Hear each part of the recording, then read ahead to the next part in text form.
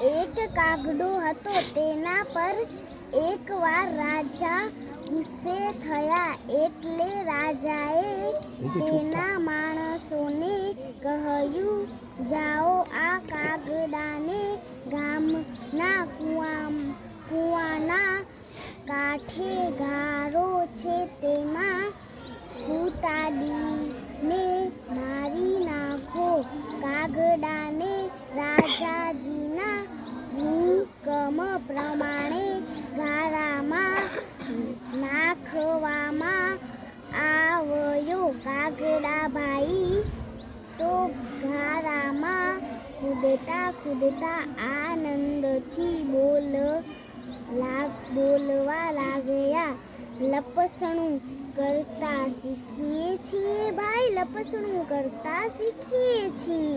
રાજા અને માણસો તો નવાઈ પામ્યા કે આ કાગડો ગારામાં કૂદવાથી દુઃખી થવાને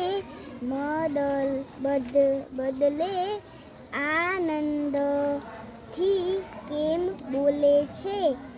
રાજાને ગુસ્સો ચડ્યો અને બીજો હુકમ કર્યો, નાખો એને કૂવામાં, એટલે ડૂબીને મરી જાય.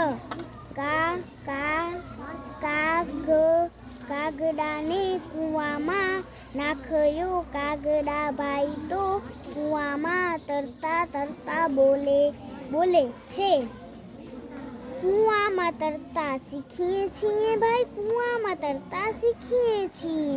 રાજા હવે વધારે ગુસ્સે થયા. એ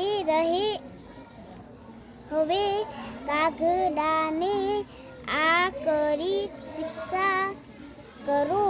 પછી કાગડાભાઈને કાઢામાં એક મોટા ઝાડમાં